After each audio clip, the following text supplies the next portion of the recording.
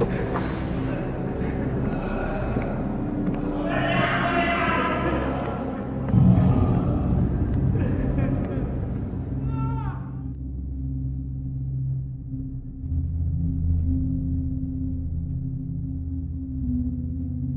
a female and I'm 25, but this story takes place when I was 15. For some context, I was going through a rough patch in my teenage years. My birth mom had kicked me out, and my foster parents were not the most involved, so I suffered from some serious depression. Well, one thing led to another, and eventually I began having multiple nervous breakdowns in school and was seriously contemplating suicide. My foster parents called my therapist and my birth mom to try and decide what to do with me. I ended up being admitted to a young adult wing of a psych ward for what I was told would be 6 months at most. For the first month I was there, I really did not want to be there, but eventually I warmed up to the whole thing. I even made really good friends with a few of the people there, one of which being the girl who I shared my room with. Her name was Mia, and I found her to be very kind, and we just got along very well in general. About a month and a half into my stay there is where the story begins. One night, after a particularly long day of group sessions, therapy, and other exercises, I had returned to my dorm late that night to find Mia already crashed into her bed across the room. I got into mine and was out within minutes. However, I was woken up soon after.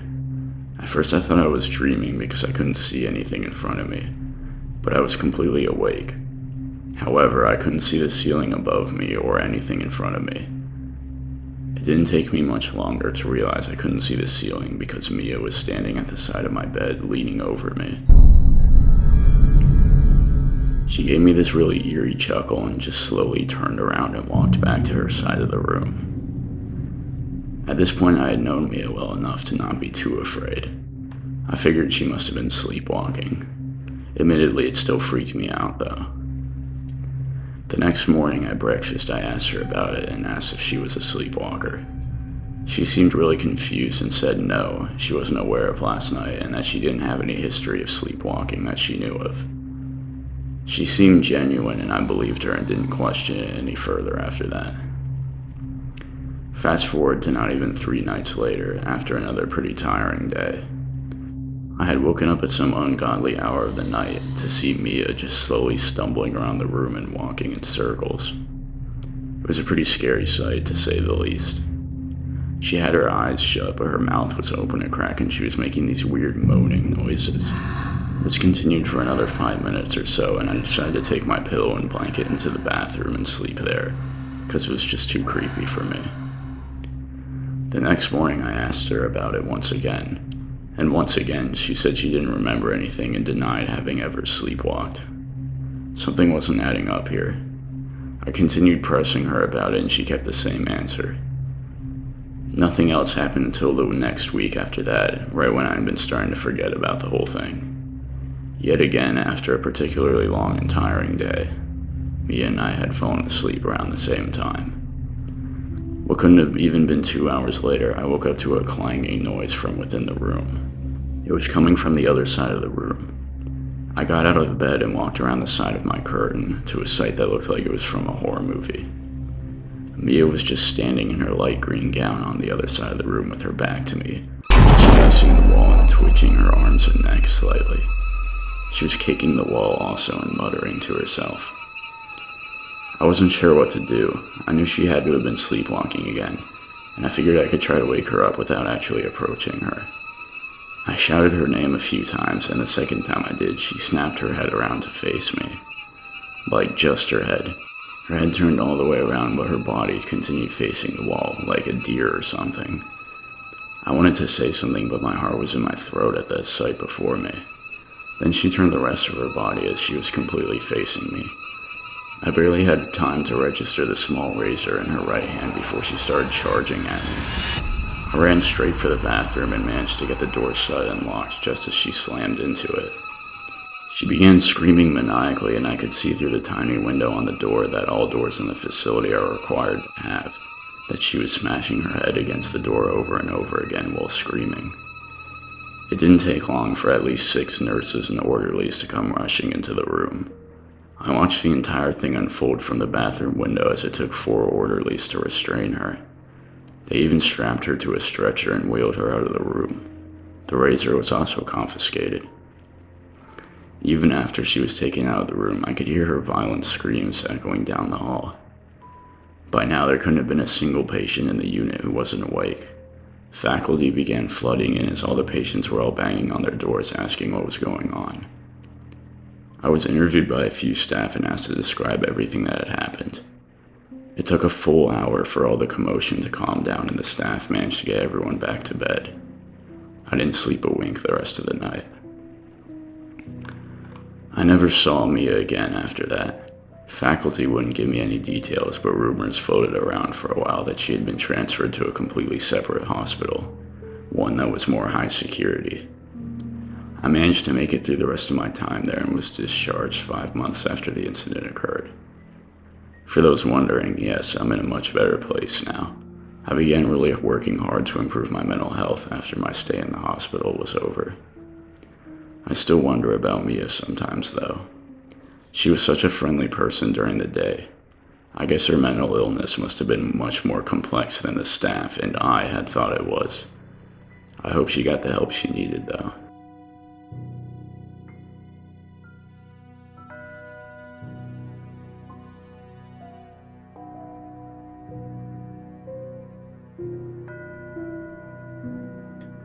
One humid night a few months back, I broke into this abandoned asylum on the outskirts of my town. The place has been empty for as long as I've been living there.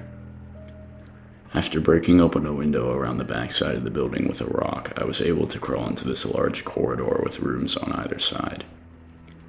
I hadn't brought anything with me other than my phone to snap some pictures and this really dim, cheap keychain flashlight thing that I'd found in a drawer in my house.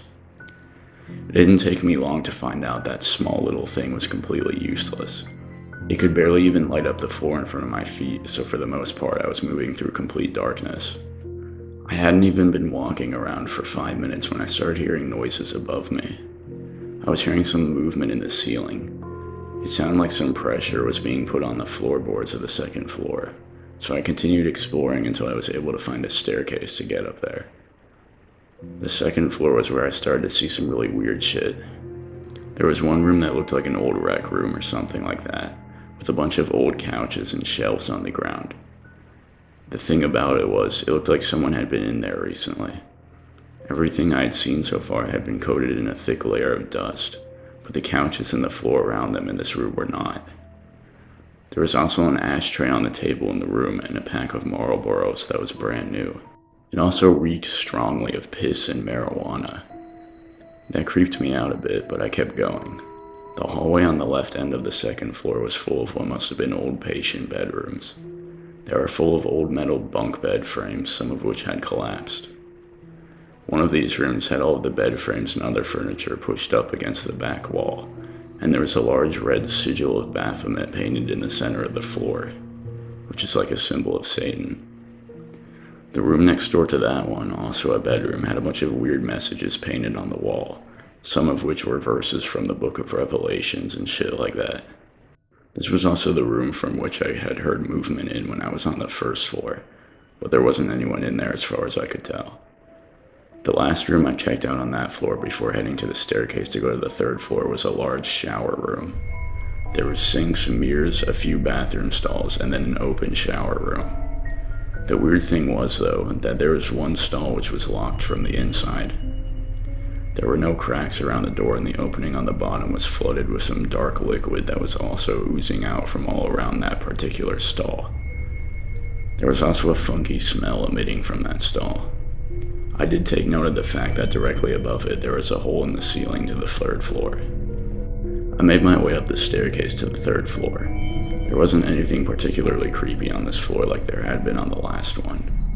One end of the hallway was lined with doors to padded cells, though, which is creepy in and of itself. The doors to these cells were all locked, though, somehow. I made my way to the other end of this floor, to the room where the hole to the bathroom on the second floor had to have been. This was another bedroom, and I made my way over to the hole which was in the corner of the room. It was just pitch black down there. I quickly picked up on this absolutely putrid smell wafting up from the hole, though. It was unlike anything I'd ever smelled before, and it made me want to vomit right there on the spot. It smelled 1,000 times worse than it had when I had been in that bathroom. I could also hear the roar of what seemed like 1,000,000 flies down there all buzzing around. I had to see what was down there, but my dirt cheap flashlight beam was swallowed up by the darkness.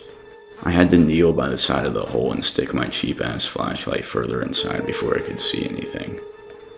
Just barely, I could make out the light reflecting off the surface of a large black trash bag. It was soaked in some liquid too, and there were flies crawling all over it. I didn't like this at all. I figured it was time to leave. Just as I stepped into the stairwell, I heard a door slam shut from somewhere on the 3rd floor. Nope, don't turn around, just move faster. Right as I was almost to the 1st floor, I heard footsteps on the stairs above me from what was definitely more than one person. "Hey, leaving already?" Came a man's voice from further up the stairwell.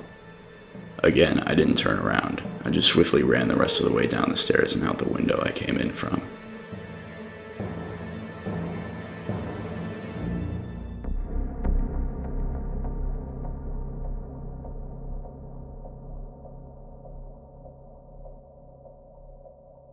Admittedly, I've suffered from mental illness my entire life. I've suffered from borderline personality disorder and depression for most of my life, and my symptoms were only exacerbated in my teenage and young adult years as I was bullied in school a lot as well. By the time I turned 21, I had been in and out of countless psychiatric hospitals and institutions, some of which had an exceptional staff team and environment, others not so much. Of course, I have dozens of crazy stories from my time in these institutions, but those will be for another time. I'll focus on my stay at one particular institution in central Illinois for now. This one was definitely one of, if not the worst hospitals I'd ever stayed at. Half of the staff were lazy and the other half were just straight up callous. Along with that, there were only 3 units in the facility, which led to most of the patients being crammed into the same unit with no regard to which ones were more violent than others. This is what led to my transferring bedrooms not even 2 weeks in. One of the guys who was in my original bedroom is a whole other horror story. He had severe schizophrenia and also had insomnia, so him being awake meant no one else could be asleep. Every so often, he would also wake up and refuse to put clothes on, so I constantly had to deal with him running around the room nude and screaming. The last straw was when, during one of his restless nights, he jumped on the top of the foot of my bed with his dong out and started masturbating. I think after that, he was finally transferred to a more secure unit in the facility. Anyways, I got moved to a new room, which was right outside of the common area, where patients could mingle and watch TV, which I found to be ideal. Out of 6 beds in the room, there was also only one other person there, a guy named Garth. Garth was a really skinny guy, and I'd never really heard him talk, so basically the perfect roommate I could have asked for. I know there's a certain stigma associated with the mentally ill, but what most people don't realize about us is that we're still regular people. It all just depends on the severity of your condition. There were groups of patients I would commonly chill with in the common area, and we would just chat or play cards, and these people were relatively normal and easygoing. The problem was that, like I said, this hospital was one of the more poorly run ones where patients were all just thrown under the same roof, with little regard to how dangerous some of them could be. There were a number of other patients I knew to stay away from, and made sure not to attract attention to myself in any way when I was around them. One of these patients was a man named Jerry. No one had ever heard Jerry speak as far as I knew. He was a huge, monster-like man with long, stringy black hair that always hung over his face, ice-cold blue eyes, filthy, leathery skin, and the look of pure hatred and malice that just never left his face. I tried my best to stay away from him, but one night all my effort to fly under his radar was undone. Me and a couple of the other chill patients were in the common room playing poker one night. I ended up winning the pot 3 times in a row, but not just because of my hands. I hate to say it, but a lot of these other patients I was competing against were not the sharpest tools in the shed, and they easily fell for a lot of my bluffs. I got so carried away in my celebration that I didn't realize Jerry had been sitting on the sofa directly to my right, watching me play the entire time. He seemed really fixated on me. I didn't like it at all. It got me so uncomfortable I ended up leaving the table and moving to the other side of the room, just watching cable TV from a sofa in the corner by myself. I didn't want to turn around and look at Jerry for fear of us making eye contact again. Later that night during dinner, I was sitting at a table with Garth and a few other patients I was chill with. I had kept my head down ever since the poker game that evening, dreading even the thought of looking around the room and seeing Jerry staring at me. At some point during dinner, I had to use the bathroom. I excused myself with one of the nurses and headed to the bathroom just down the hall. If you were relatively trusted by the staff, they would let you go to the bathroom alone, which honestly just shows how nonchalant the staff were there. After I finished peeing, I was washing my hands in the sink when I nearly had a heart attack as a huge, filthy hand closed over my mouth out of nowhere. And I felt my arms being restrained behind my back. I was being squeezed against some huge person's stomach. Then I heard a deep, horrifying voice whispering in my ear, You'll be alright. Just don't make a sound. It was undeniably Jerry. I struggled and thrashed and kicked as hard as I could, but I was just no match for his brute force. I couldn't scream or anything either.